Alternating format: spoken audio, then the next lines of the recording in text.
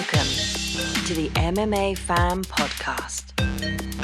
Ladies and gentlemen, I give you Stu and Blake.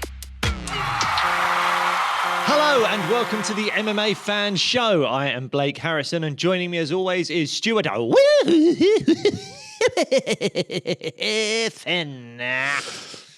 As an actor, Yeah. you need to be quite versatile. We was chatting earlier about voices and impressions and things like that. I'm not going to put you on the spot to do an impression. Sure. But that little intro there, do you think you could yodel? I did not think this is how I was going to start. Because it was teetering on a yodel. What is yodeling exactly like? Yodeling? Yeah. No, I can't do it. That sounds like Scooby Doo.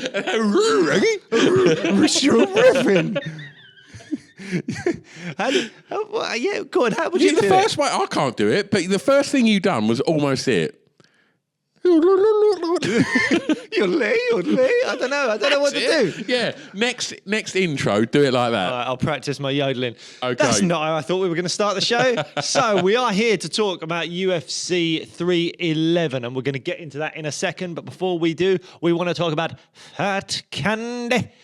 Freeze-dried sweets, and they are the sponsor of the MMA Fan Show. If you're watching this on YouTube, now you can see all the goodies, including the Happy Gilmore ice hockey shirt that they sent us. And what you can also see is 2 bags of the freeze-dried pick-a-mix. Now, that's your kind of entry level. Go there, get the little pick-a-mix bag, because it's full of all the different ones. Work out which one you like the most, and then go and order a big tub of that. Or get a huge bag of the Skittles, because they are amazing. Absolutely. Now, once you've popped them in your little basket over at Fat Candy, what you need to do is then... I was worried about where you were going to pop them for a second. It's like, in your little basket took a long time. You can pop them where you want, mate. Well, I don't know. I don't know if we get in trouble for that. Health and safety. Who knows? Don't pop them anywhere other than in your mouth. There you go. But we're not kink shaming. You No. know, what you choose to do with a wham bar, that's down to you. All right. Whilst they're in that basket, Basket. use the discount Basket code. is not a metaphor for anything else. Basket means the shopping basket online. Use the discount code SWEETMMA and you will save some money. And just go and give them a follow as well on Instagram and TikTok, because it shows them a bit of love, and it means that their little bit of belief and sponsorship of this show is working for them. Shall we get on to the good shit? UFC 311. Now, let me just say, Okay. leading up to this, I don't know if it's because we've been doing like the Champions Predictions episodes and Christmas and all stuff's been going on. The Q&A episodes, they were fun. Q&A episodes, all that stuff. I feel like I wasn't overly excited about this card. Don't sleep on it, brother. It's not only don't sleep on it. About 2 or 3 days ago, I started working on just like, I better start looking at some fights and reminding myself of exactly what's going on at the weekend for this card. I could not be more excited about this card now. Mm-hmm. This card is absolutely fantastic. Yeah.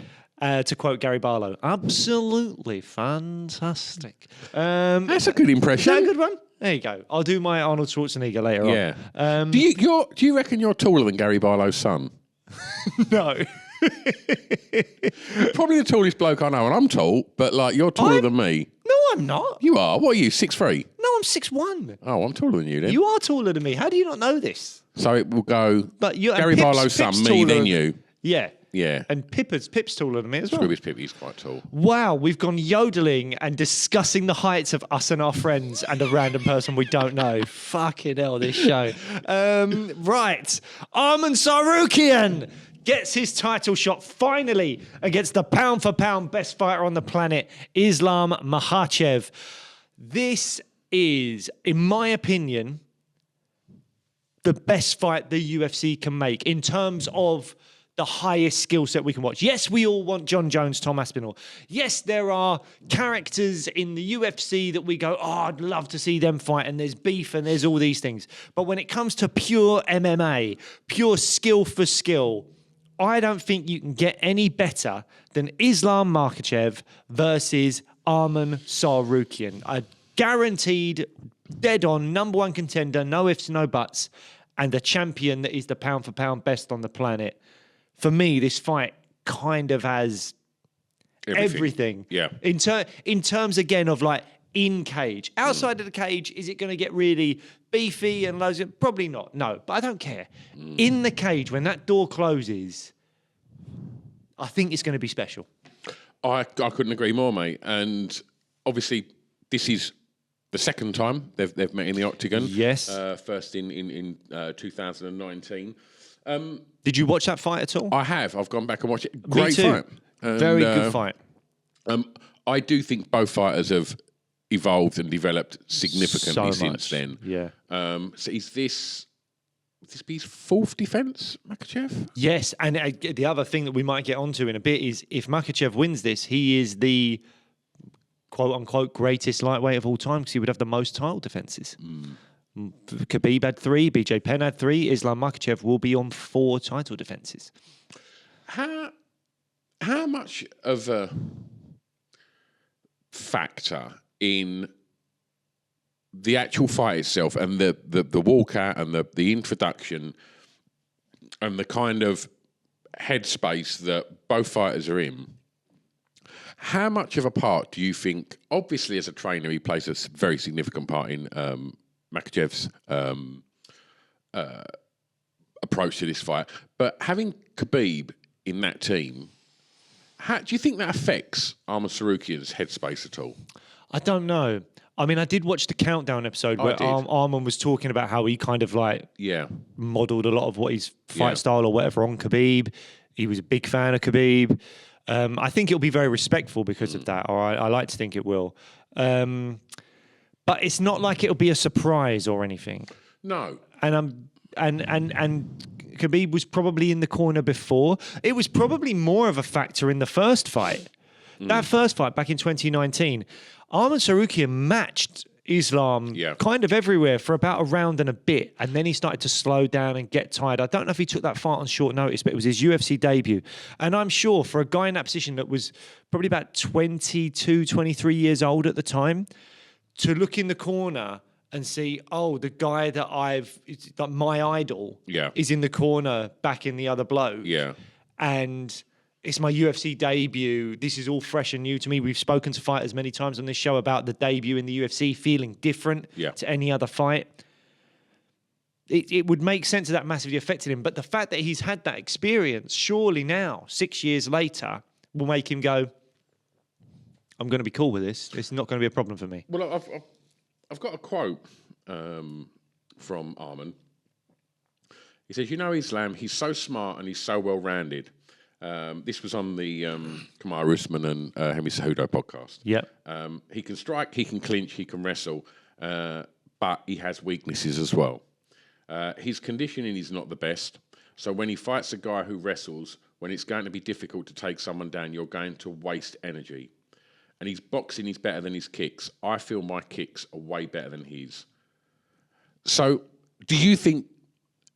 Because I think Islam's striking has come on leaps and bounds. 100%. Certainly his hands. But do you think Arman's going to take advantage of his ability to kick well? Do you think that's going to factor into it? It's so funny you say that.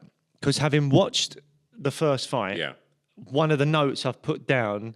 I'm going to read it out to you word for word. One thing to look out for both guys is those power kicks. Southpaw versus orthodox, and both guys have improved their kicking games. Yeah. So it's interesting that he says that. For me, I think Tsarukyan definitely will be trying that, but I also think Makachev will.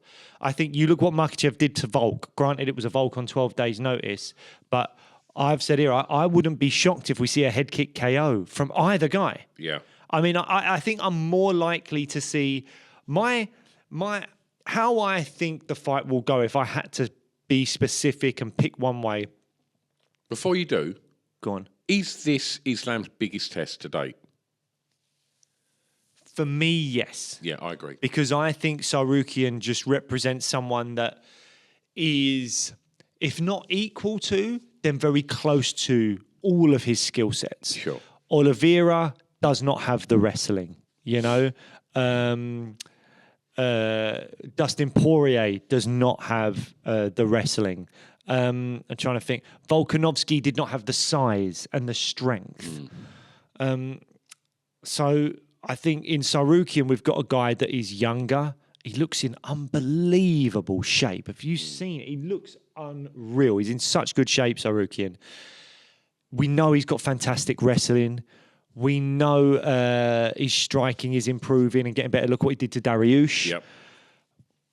The one thing I would say is, has he shown moments where he starts to tire? Like, he is an incredibly muscular bloke. I mean, we've got a picture behind us here if you're watching the YouTube. He looks absolutely shredded there, muscular there. He looks incredibly And hot. I think he's in better shape.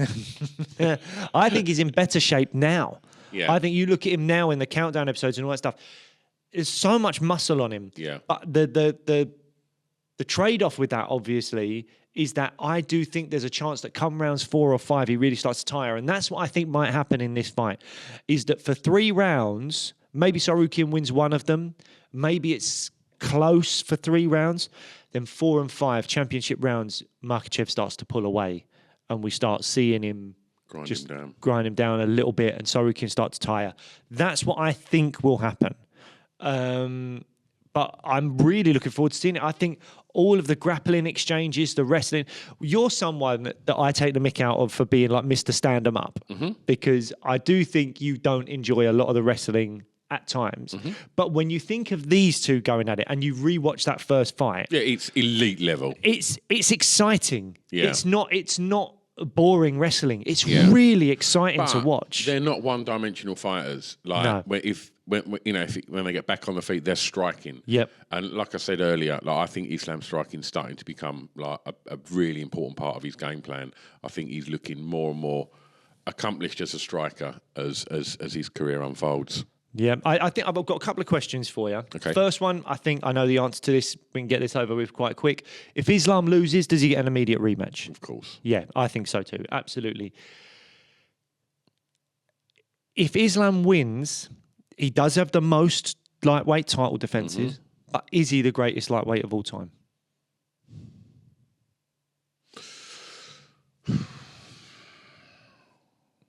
I don't know. I mean, I missed a lot of the BJ Penn era, so I'm sort of leaning on you a little bit for that. yeah. But in terms of Khabib, I don't know. I don't know, because Khabib had, both of them had a lot of fights leading up to their title shots. I think their records, speak for themselves. Do I think he's... I don't know. It sounds stupid, but for me, it feels like Islam's still a relatively new fighter, and he's not, because I know what you mean, we've though. already said he fought Arman in 2019, so he's not new to the organisation, but it feels. Do you know what I mean? He feels young, right? Yeah. He feels young. He feels like he's still got stuff. and do I in a think there's a sense. long career ahead of him. Yeah. And I'm also interested to know how that career pans out, because Khabib's also said recently that he wants to pull away from training. After Umar they've done and their thing. Islam are finished. Yeah. Well, that leads me to another thing then. Let's say Islam Makhachev wins. Yeah. Is there anything left for him to do at lightweight? I don't think so. I wonder if he might be moving up. And I kind of almost feel annoyed about my Champions Predictions episode, because I think we both picked Islam to be the lightweight champ at the end of the year. I think it's very possible I don't that think he's he'll not. vacate. But let's say he wins on Saturday. Yeah. That's January. Let's say he apparently he won't fight Beneil. Let's say Shavkat beats Beneil in April. So maybe you'd get Islam versus Shavkat if they make that happen in September or August. And so do you keep the lightweight belt just Floating doing for a year, nothing? essentially. Do you do interim or do you do vacant? I don't know. It's very interesting. I think we could see an interim champ in that division this year. Yeah. Yeah. I think he probably does move up, because what's left for him? Would I be interested in a rematch with Oliveira? Yeah, but not hugely. But I'd watch it, sure. Renato Moicano's on this card. If he gets a big win, I still don't think his title shot next though. He's one away. Yeah, me too. Gaethje's lost. Max Holloway's lost. Like, who did I see was in the news? Gaethje talking about fighting yesterday. Dan Hooker. Yes, please. Yes, please. I'm all over that. Dan Hooker Gaethje. Yes, friggin' please. Yeah. Put that in my eyeballs right now. Yeah. But I just don't think there's much left for Islam to do at lightweight. It's not that he's necessarily cleared out the division. It's that the division hasn't really sorted itself out. Like, Gaethje couldn't get over the line against Max. Yeah. Max then dropped down, couldn't get over the line against Ilya. Michael Chandler hasn't fought in ages. He lost to Oliveira, didn't he? Oliveira's already got a loss to the champion. Dariush lost to Oliveira, lost to Tsarukyan. Now we're getting the Tsarukyan title shot. Islam wins this, and for me, it's just like, there's not a huge amount left to see. Like, if Dan Hooker were to fight Justin Gaethje and beat him, Dan Hooker's got a loss to Islam Makhachev. If Gaethje beats Dan Hooker, sure, throw Gaethje in there, but do I think Gaethje's going to give Islam a problem? Not massively, no. I don't know what there is. If Islam Makhachev was to fight, I think if he goes up, I mean, how long's Beneil going to hold on to that title? They don't want him to stay there, do they? I think he loses it to Shavkat, but who knows? Maybe he keeps it. For me, it just feels like Shavkat looks so much bigger. Yeah, me too. So much bigger. Yeah. And in the way that they fight, as you know, the way that Islam likes to fight, which is predominantly wrestling. Yeah.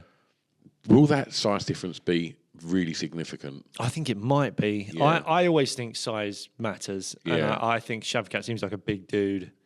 But, I mean, I'd watch it. Yeah. I would watch it with interest. Yeah. But, I don't know. I just don't know what Islam's got left to do in that division that's compelling. Like, Yeah. by all means, I think we were speaking in a Q&A episode about the fact that we should put more weight and credibility on fighters that just stay in their weight class and win and win and win and win, more so than just popping up after a couple of fights and winning up there. Because the likes of Demetrius Johnson, Anderson Silva, John Jones at light heavyweight, you know, that kind of achievement is very rare. Like, But Islam's essentially done that. No, he's got 4 title defences. It's not a patch on John Jones, Demetrius Johnson, Anderson Silva. Look at his record. Where is he now? 26-1.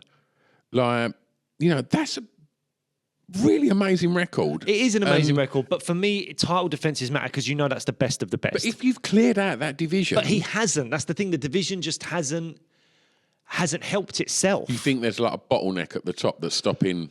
I think, unfortunately, the right people haven't won. Like we had, so for years now, we've had Oliveira, Poirier, Gaethje, Conor, Chandler.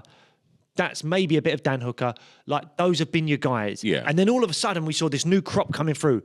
Gamrot, Tsarukyan, who did make it through. But Gamrot, Fiziev, Jalen Turner, like people like that coming through. But none of them could maintain the win streaks other than Tsarukyan. Yeah. So it means that it's not that Islam has gone next guy up, Dan Hooker, boom, or that he has already got a win over Dan Hooker, but next guy up, Gamrot, boom, Fiziev, boom. Like, he hasn't done what GSP or someone like that has done.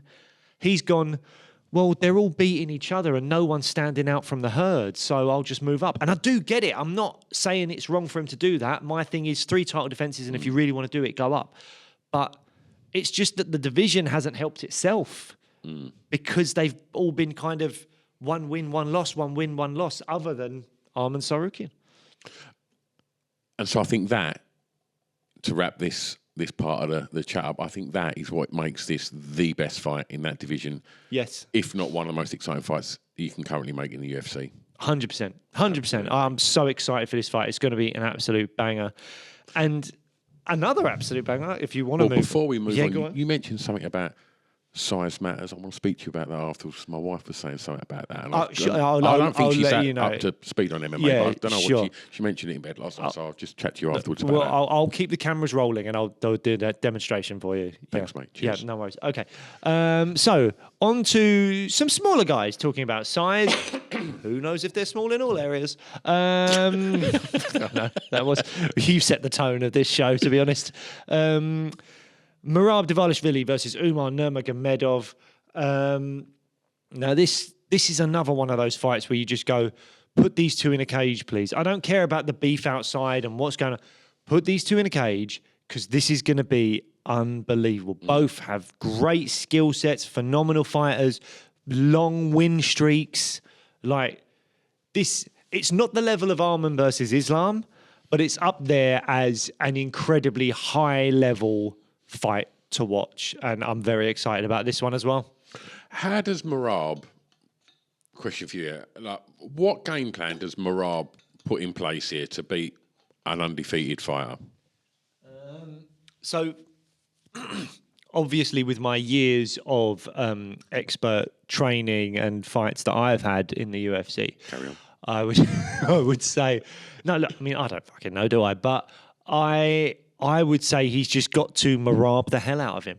Yeah. He's got to go, right, who knows how the first 2 rounds are going to go?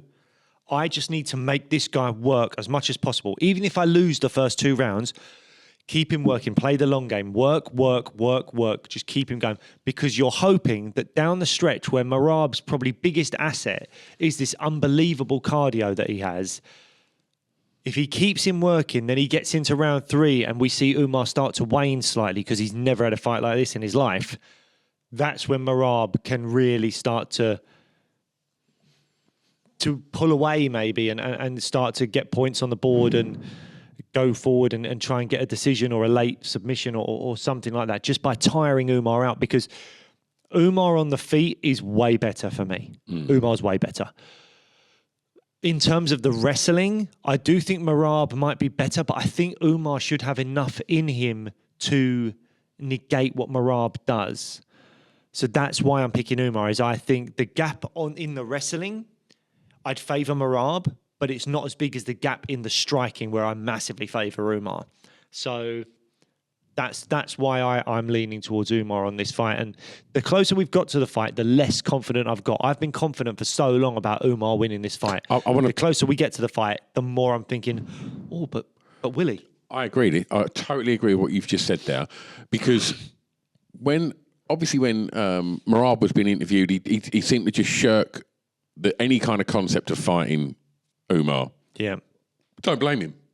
Like, find easier fights in that division. Yeah, especially when you're just become the champ. You've had such a long wait to be the champ. You become the champ. You got those pay-per-view points. Oh, you're fighting Umar. Fuck off. Exactly. So I get why he kind of tried to sort of not swerve it, but discuss fighting other people in them post-fight interviews. I think he was swerving it. Let's be honest. He was thinking about Jan Hui 50-45 the little while ago, and Davison Figueiredo. How can I keep the belt, make money, and not have to, fight a Nurmagomedov? And he looked in the first media thing. I think ahead of one of the recent cards, there was a press conference, and he looked rattled. Like Umar got in his head, and he looked really uncomfortable and really rattled. And normally with Merab, he's laughing, he's cool. He just seems like such a chill dude. And with all the funny videos that he was doing about sugar were fucking great. But he seemed like a different Merab. He seemed rattled and he seemed uncomfortable. I've been watching the stuff leading up to this weekend's card, and it seems to be a much calmer, much more measured, and a content Merab. So I'm hoping his camp's been phenomenal. I hope, there's no shortage of people he can practice wrestling on in where he trains. So I'm hoping that I'd like to see Merab win. I'd really like to see Merab win and keep the belt because I think he's a dude. Like, did you see the video where I didn't realise he lives across the road from Sterling, and literally he was getting the UFC cameras to follow him outside, where he just shouted across the road, like he was just going like, Aljo! Aljo just undone his curtains. Just was like, fuck's sake. You wouldn't want to be their neighbours because you ain't going to go and knock on his door and go, shut up, mate. Yeah. But I'd like to see Merab win because I think he's a dude and I think he's fun, and I think he's sat in that room for a long time waiting to get his shot, and he's got his shot. And don't get me wrong, I like watching Umar fight. I think he's a beast, and I don't know. I'm a little bit torn, like you. When we in the lead up to it, I thought Umar he's going to be the first champ of the year, and I think it was going to be done relatively easy. But I don't think that either as well. So it's quite weird that we both kind of. Yeah, but I do wonder if Merab's head's in the right spot at the moment. Let's talk a little bit about what they've done to get here, just to talk about the level of kind of excellence that they've shown up until this fight. Merab's on an 11-fight win streak in the UFC. That's fantastic. Umar is undefeated, 18-0, with 6 of those in the UFC. That's obviously 2 incredibly high-level fighters. To give Merab his credit, he's beaten a lot of top contenders. Yeah. He's beaten Marlon Moraes, he's beaten Jose Aldo, Petr Yan, Henry Cejudo, Sean O'Malley. In terms of that kind of level, Umar's only beaten Sandhagen. Now, I put a lot of weight on the Sandhagen win because that was a very good win. Very good win. I rate Sandhagen so highly that I put a lot into that. But maybe I'm getting carried away with the Umar hype train. When you look at all of those fighters, Aldo, Yan, Cejudo, O'Malley, that's the level of fighter that Merab has beat. And he's training with Aljamain Sterling non-stop. Umar's only got Sandhagen as his win. I don't know. Am I getting carried away? Or? No, because I imagine he's in that octagon probably most days with Islam Makhachev. Yeah. Or multiple Nurmagomedovs, whether it's Khabib or who's fighting Usman. So there's no shortage of beasts that he's head and shoulders alongside. So I think he's earned his spot, and to do what he done to Corey Sandhagen, I don't think anyone saw that coming. I know that me and you are massive fans of former guest of the show, Corey Sandhagen, and I think he's earned his spot. I know he's not got that incredible record that when you start rattling off the names that Merab's fought, it's very different. Mm-hmm. But I think I think he should be getting the shot, and I think having that name helps. Make no mistake. It really does. Merab's made a point of talking about that. It does help. It's just the way it is. Talking about that name as well.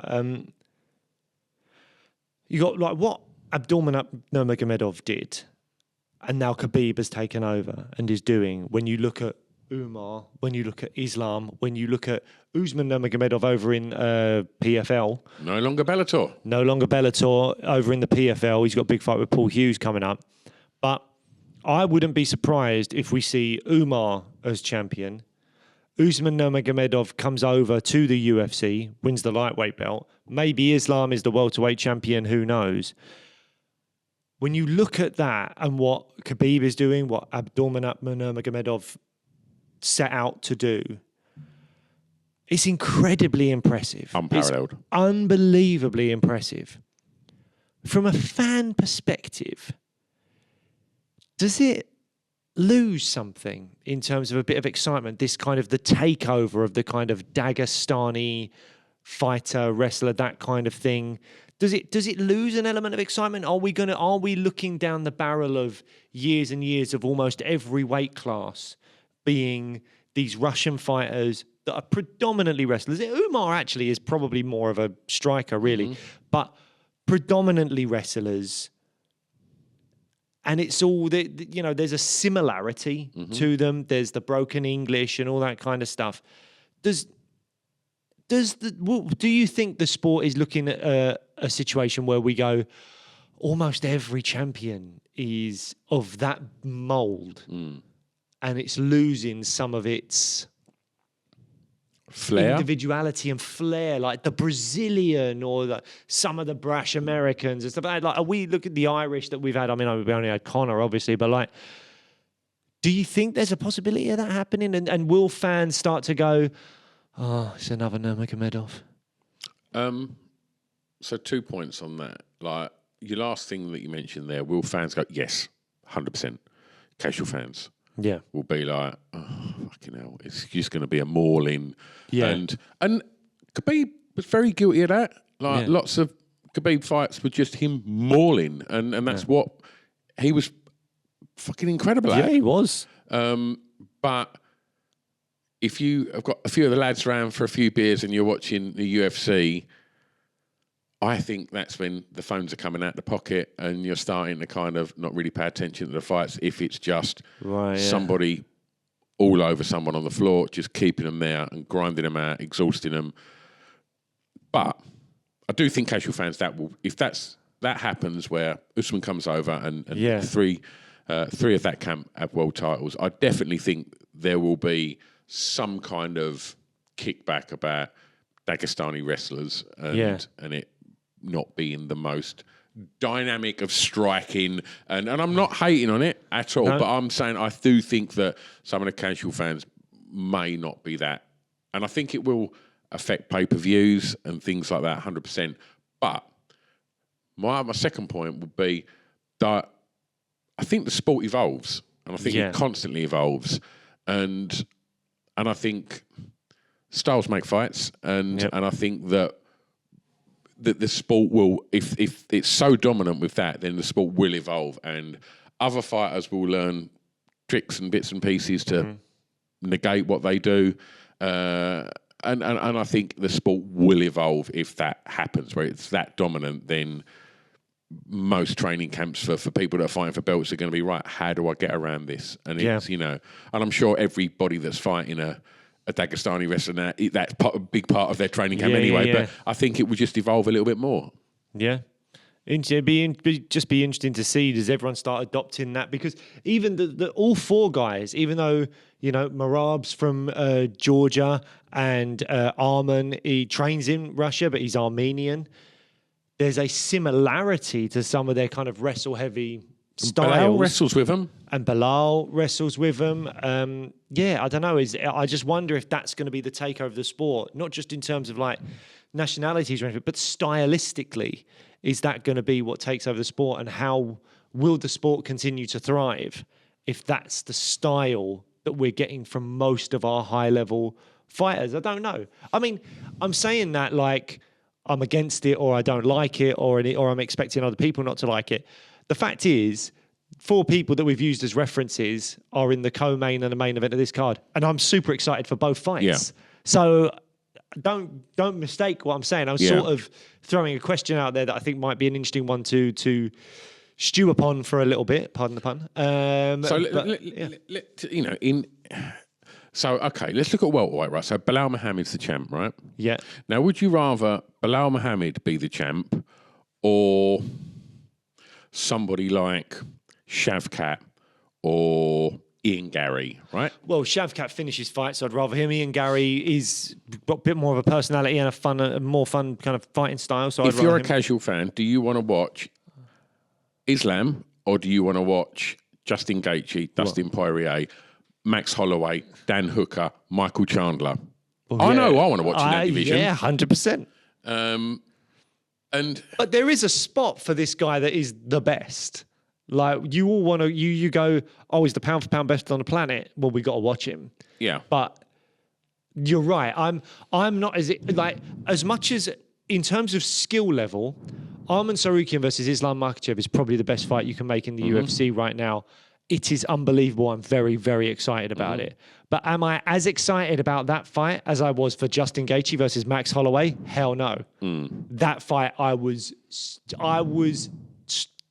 wetting myself with excitement constantly with that fight. Okay, so then that's, so obviously we've got Merab versus Umar, right? Yep. So that's arguably one of the best, if not the best fight you can make in that division at the moment. Would you rather watch that or would you rather watch Corey Sandhagen versus Sugar Sean O'Malley? Yeah, I mean, I'm agreeing with the points you're making. Yeah, absolutely. Yeah. It's interesting, isn't it? I don't know. It's interesting, but you're definitely making the point that, there's certain stylistic ways of fighting that are more fan friendly. Yeah, and that's where the pay-per-views are. Yeah, and that's ultimately what is going to drive the UFC. And that's why certain people get a push. Yeah, and other people have to wait 11. Poor Magomed Ankalaev. Yeah, he's absolutely waiting the way he is. All right. Anyway. Shall we move on? Yes. Another fight that I think is going to be Oh, you've gone to this one. Oh, should I not? No, go for it. I was going to go to Moicano Dariush, but Jiri Prochazka versus Jamahal Hill. Just another great fight. Unbelievable fight. I mean, again, in terms of all-out action, you're not going to get much better than a Jiri Prochazka fight. This is where I think it gets interesting, because I think with Jiri, you get really unorthodox, dynamic striking, whereas Jamahal is quite measured, really solid striking, but like way more precise and more sort of structured, I guess, whereas Jiri's unstructured box of fireworks that it just comes from everywhere. So I think if this stays on its feet, I think we've got a really exciting striking matchup. I think it definitely stays on its feet. I mean... Both got knockout power as well. Both got knockout power. Both good strikers. Prochazka's chin is just unbelievable. So I'm expecting him to probably take a few shots from Jamahal Hill. And both are in similar spots. Both lost to the champ. You know, Jiri Prochazka blamed the evil spirits. Jamahal Hill has sort of blamed like the Herb Dean situation and how weird that was. You know, he's challenged Alex Pereira at the Performance Institute to like a fight, which was just all a bit weird. Neither one of these guys has dealt with their losses particularly well, I don't think. Jamahal Hill's been very... He's been verbal. A big baby, man. He's been very verbal about it all. I don't think he's necessarily conducted himself in exactly the right way. And Jiri Prochazka, I don't think he's done anything on purpose wrong. He believes in certain things that most of us don't believe in. Yeah. And that's as simple as that. Do you think Jamahal Hill's... Because I think his takedown defence has got better. And do you think the fact that we're both presuming this is going to be a striking match, do you think Jiri's going to look to take him down? No, I don't think he will. I don't think that's who Jiri is. I think Jiri is just... He might follow him down. There might be a situation where he gets in trouble and maybe he shoots. But no, I don't think anyone is going to be shooting for a takedown unless they are compromised. But, I mean, Jiri got the win over Glover. Yeah. On the floor, right? Yes, but that was like a mad sort of...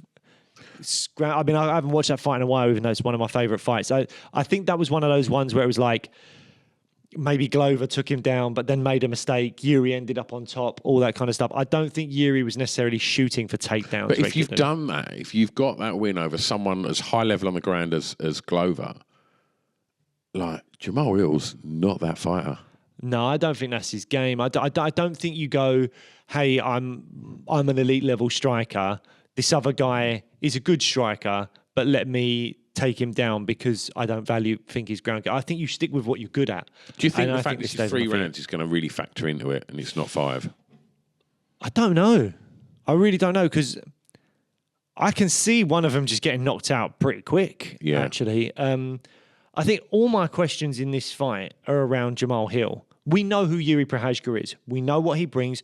We saw him get smashed against Pereira twice. We saw him have great fights against the like of Dominic Reyes and Glover Teixeira.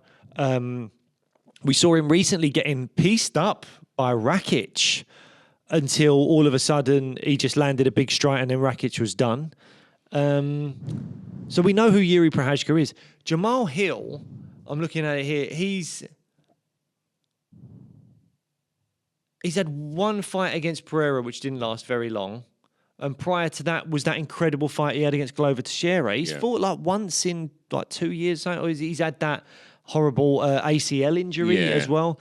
So I don't really know where Jamahal Hill's at.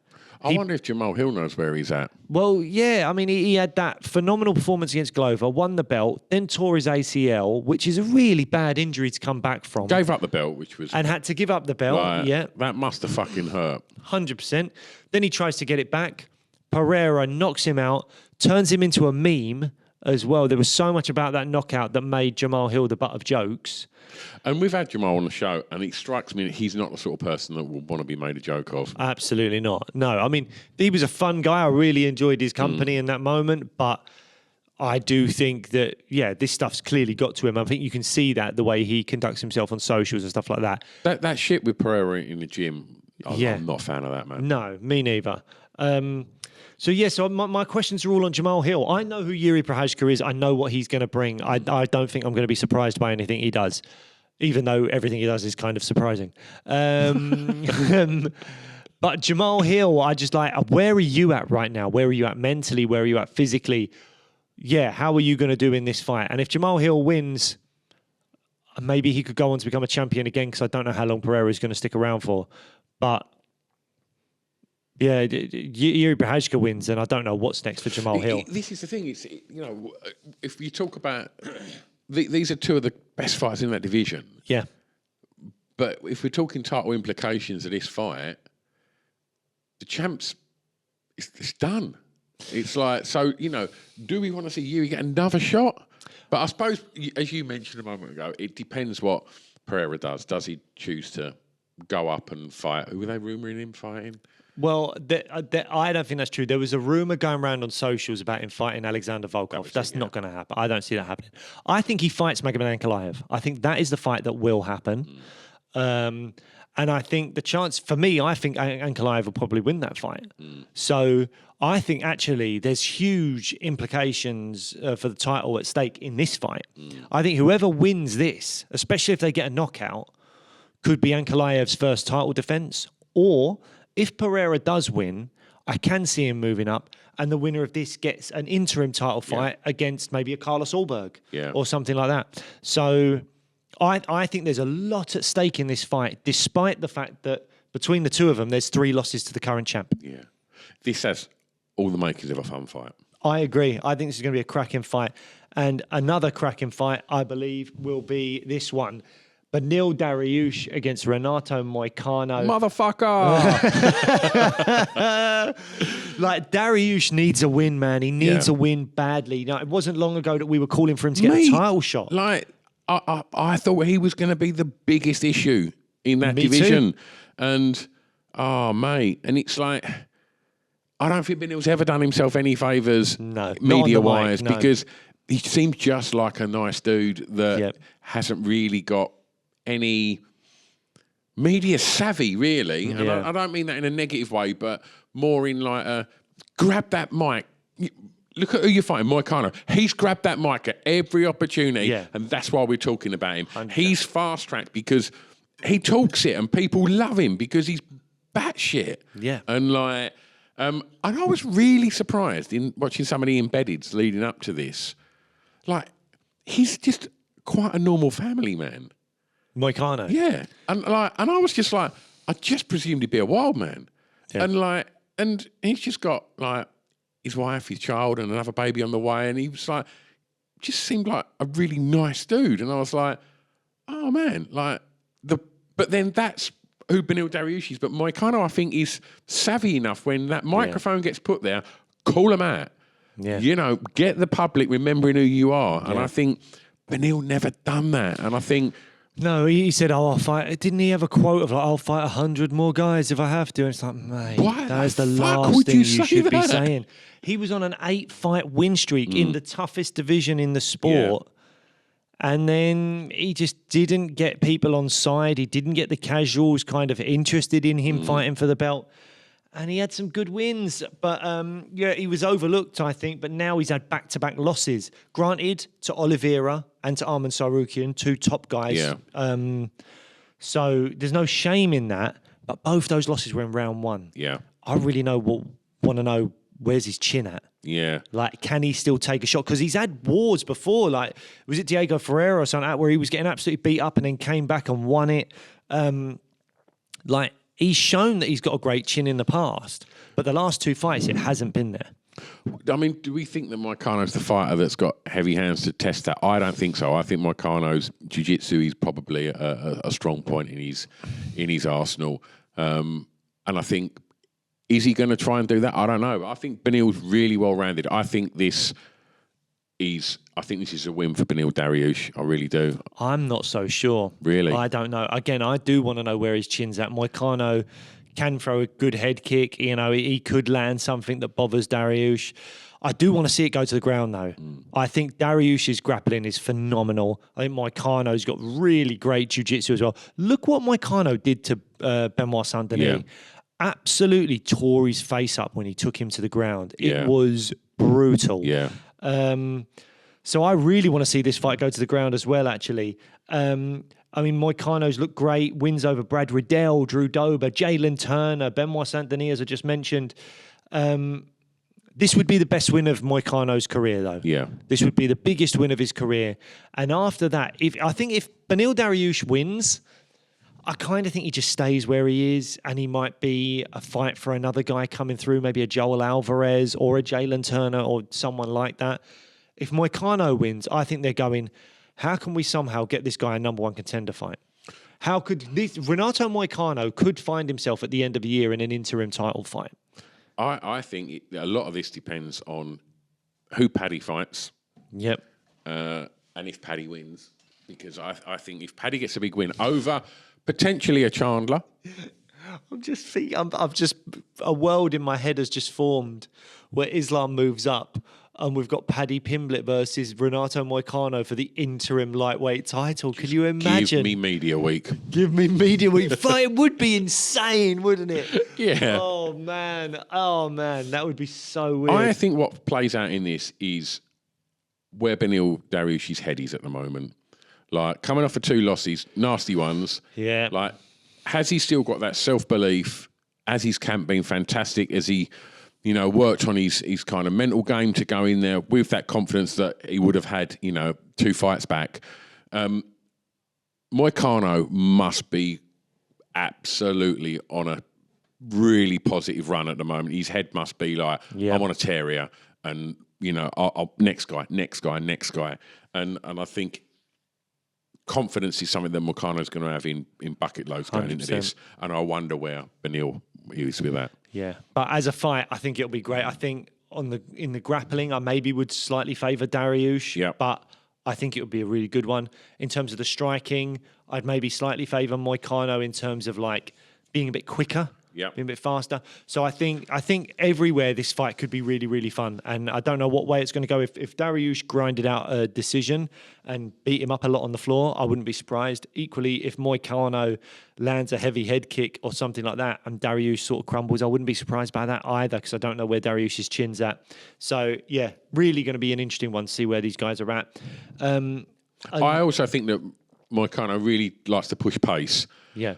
And I'd be interested to see if Beneil starts throwing in some leg kicks to try and slow that down a little bit. Yeah, maybe. What have you got next on your thing? Kevin Holland versus Reinier de Ridder. I don't know much about Reinier de Ridder. He's only had one fight in the UFC, but he was a former middleweight champion in one championship. De Ridder will be trying to take him down. He was 2-division champion. 2-division champion in one championship. So, good fighter. But I'm not sure. I think de Ridder will be trying to take Holland down. Holland does have sneaky good jiu-jitsu and grappling, but I don't think it's going to be the level of de Ridder. So I think this fight is going to be very simple. If de Ridder gets Holland down, I think it's over. This is at middleweight, isn't it? It's at middleweight. So that's the other thing. Holland gives up a little bit of size at middleweight, and I always think he does better at welterweight. But Holland, I think, what I like about Holland is I kind of feel like he goes, I know I'm not going to be champ. I know I'm not good enough.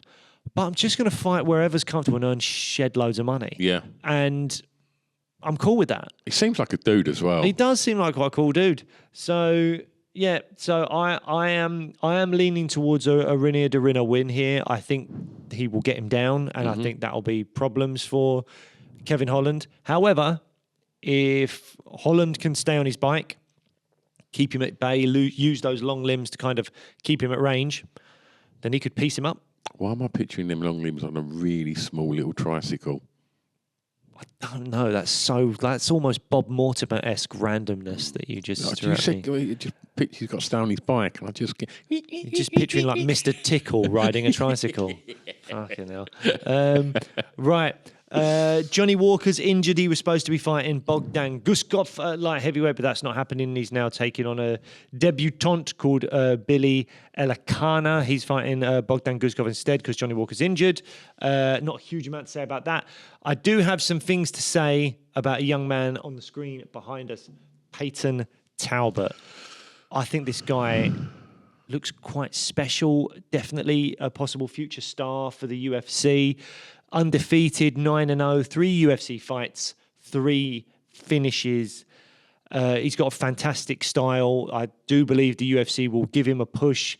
Oh, that's apparent. Yeah, he speaks well. He's very confident. He's not a typical alpha male fighter as well. I think he will reach out to a different demographic of maybe younger fans. But Barcelos is a really good test for him. Like, he's not fought anyone as good as Barcelos yet, in my opinion. But Barcelos is 37 years old. You know, he's a veteran. But this is the kind of test you want for someone like Peyton Talbot. Experience. Can he get past a wily veteran? Yeah. You know, Barcelos' last 2 losses have been to Umar Nurmagomedov and Kyler Phillips. Well, there you go. No shame in that. Both of those very, very good fighters. So, yeah, I'm excited to see how Peyton does here. As I say, I think with a win here, he could be fighting a ranked guy next. I do think the UFC want to push him, and he's really fun. I watched all 3 of his fights in the lead up to this, and he's just got a really fun style. Where he struggled is in his UFC debut. He took on a guy called Nick Aguirre, who was more wrestling heavy, and he did get taken down a bit. But in the second and third rounds, he was able to reverse him, and eventually he won by rear naked choke. Yeah. So, you know, he's still got the win and the finish, but that's the only times I've really seen him in danger is when he was wrestled quite heavily up against the fence. But he needs to be tested like that. 100%. You know, that's how these young fighters that have got a lot of talk about them, you know, find their way. It's like you've got to be put, you know, in the trenches a little bit, and I think this fight definitely does that as well. 100%. So look out for Peyton Talbot. I think he could be one of the next big things at bantamweight. Another fight we don't have on the screen behind us, but I think is potentially really important for the heavyweight division, is Jailton Almeida versus Sergey Spivak. Now, a lot of people are probably listening to those names and going, really? Yeah, it's fine. It's nothing great. But Jailton Almeida is the highest ranked heavyweight outside of Cyril Gane that has not fought Tom Aspinall yet. Yeah. And I think that could be very important because we don't know what's going on with John Jones. Cyril Gane is a little bit injured. He's had trouble getting in the cage with Tom before. What's a little bit injured? Well, didn't he break his toe or something like that in the Volkov fight or something like that? I don't know what's going on with him, but like, so yeah, and I'm sure Tom wants to fight. I know he wants to fight John, but surely there's another part of me that's like, I don't want to just sit around waiting and doing nothing. I want to fight. No way does Tom Aspinall fight Jailton Almeida. I do believe there's a world in which that happens. Nah. Not only that, but let's say that Tom fights John and beats him, and Cyril's making another movie. Who's left? Yes, absolutely. But next, no. Like I think I'm not convinced. Tom fights John Jones or Cyril Gane. Like, yeah, but what again? John Jones says, "Nah, not doing it. I'll vacate." Yeah. So that's off the table. Cyril Gane could get injured.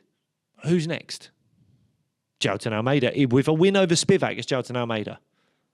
And that just doesn't excite anyone, does it really? No. No, but that's what I'm saying. But I think the UFC will look at that and just go, no. Like, who wants to see that? Yeah, but what if other Jailton options have Almeida you got? wins on Saturday, he doesn't change his ranking. Like, it's not going to make any difference. Spivak beats him, Tom run through Spivak. Yeah. And it's like, the thought of all of a sudden, Tom Aspinall, I'm so close to keep saying Tom Jones. Tom Aspinall, like, discussions start about him fighting Jailton Almeida. I think Aspinall just goes, fuck right off. No, he doesn't. He says, I'll take the money, please. Let's just do it. No. Yes, he does. Why would you risk? Why would you? I know because you don't know if you're going to get. Look what happened to Michael Chandler with Conor McGregor. I know, that was what Tom's already going on about 6 months inactive. Now, I know that's not huge, but Tom's young, he's hungry, he's fit and healthy. Like, Tom wants to fight. Why would you risk losing? Not that I think he'd lose to Almeida, but why would you risk that and risk the big money? Because of Michael Chandler, what I just said. No. You're risking it because you're like, well, I might not get it. I might think not do it.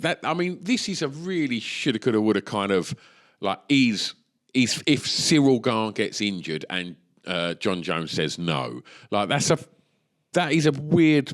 Stranger things have happened in the No, UFC. you're right. I know, but I don't see it happening. Tom fights one of them two, and the thought maybe Jake and Almeida's a defence further down the line, but not anytime soon.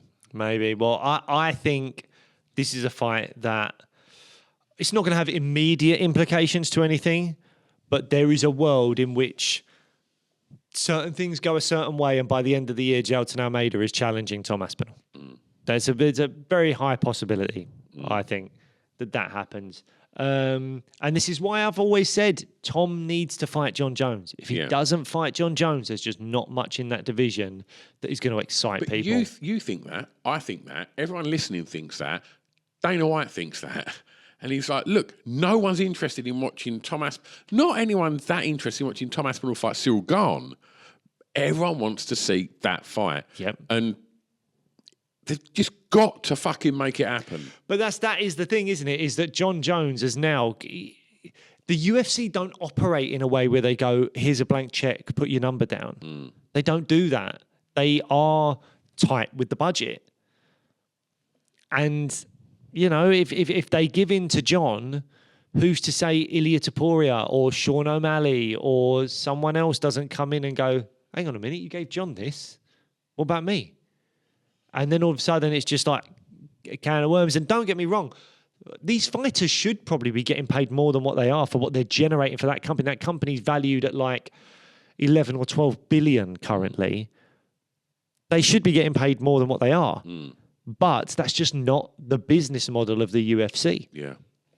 So who knows where we end up. Any other fights you want to... Grant Dawson versus Diego Ferreira, I think, would be a fun fight. Grant Dawson, I think, will try and get to the ground, but Ferreira's very tough, very well-rounded. Dawson was looking fantastic until he ran into Bobby Green, and then he got absolutely sparked out. Since then, he's got 2 wins back-to-back. His resume in the UFC for Grant Dawson is 10 wins, 1 loss, which is the Bobby Green loss, and 1 draw. That's pretty good going. Like in the really UFC, that's really good going. And he's only ranked 15. I feel like he should Yeah. maybe be ranked higher. But Ferreira's been in the UFC for over 10 years. Wily veteran. He's fought the likes of Dustin Poirier, Beneil Dariush, Pettis, Gamrot.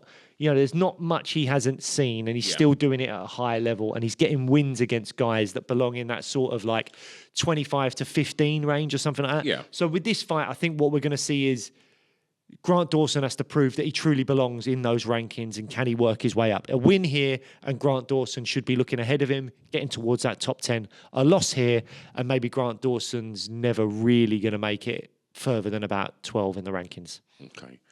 Well, that all goes down this weekend. We'll be back next week to discuss how it all goes, who's got the belts. Just quickly, can we touch on some news about UFC London, some fights that have been announced? Just quickly. Oh, yeah, I didn't think of that. Yeah, because just looking, 2 former guests of the show, multiple-time guest of the show, Nathan Fletcher, is going to be fighting Kaylan Loughran. Oh, wow. And that's a very interesting fight. Obviously, Nathan beat him in Cage Warriors, and there's been beef between... Did Nathan beat Kaylan Loughran in Cage Warriors? Oh. And because can you not remember that scrap on the bus where Loughran was giving it to Paddy, and Paddy's going, my boy's beat you already, Nathan beat you. And he calls him something like Lego head or something like that. Oh. And But that's been announced, which is... an interesting fight. Very interesting fight. And again, very UK heavy, isn't it? UK fans will be all over that fight, and Irish fans as well, obviously. People in America or Australia be like, yeah. But we talked about this on Fights. I mean, when they are very centric to that part of the world, like we've seen it with Australian cards and Canadian cards, and now we've got the UK version. But for us, I think it's absolutely fantastic. Lana Kavanagh versus Felipe Dos Santos. Really looking forward to seeing what Lana can do in the UFC, fighting out a GB top team. Jai Herbert, he's back. I did see that he just signed a new contract with the UFC. He's fighting Chris Padilla.